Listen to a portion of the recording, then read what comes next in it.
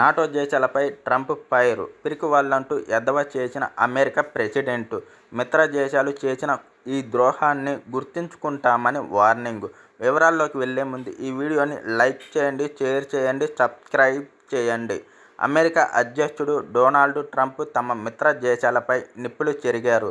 Hormuz జలసంధిలో Iran సృష్టిస్తున్న అలజడిని అణచివేసేందుకు సైనిక సహకారం అందించని దేశాలను ఉద్దేశించి అత్యంత కఠినమైన పదజాలం వాడారు. మీరంతా పిరికివాళ్లు, కోవార్డ్స్, క్లిష్ట సమయంలో మీరు చేసిన ఈ పనిని మేము ఎప్పటికీ గుర్తుంచుకుంటాము అంటూ తన ట్రూత్ సోషల్ వేదికగా హెచ్చరికల బాంబు పేల్చారు.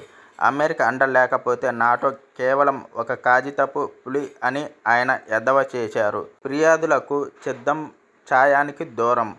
చమురు ధరలు పెరిగిపోతున్నాయని ఏడుపులు, పెడదొబ్బలు పెడుతున్న మిత్ర దేశాలు ఆ ధరలను తగ్గించేందుకు అవసరమైన హర్ముజ్ జలసంధి పునరుద్ధరణలో మాత్రం చేతులు ముడుచుకు కూర్చున్నాయని ట్రంప్ మండిపడ్డారు.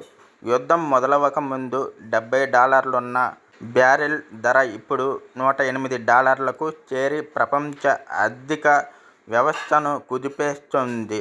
నాటో దేశాలకు అమెరికా ఇన్నాళ్లు కొండంత అండగా నిలిచినా ఇప్పుడు ఇరాన్ అణుముప్పును అడ్డుకోవడంలో వారు వెనకడుగు వేయడంపై ఆయన తీవ్ర ఆగ్రహం వ్యక్తం చేశారు. ఆసియా మార్కెట్లు అతలాకుతలం.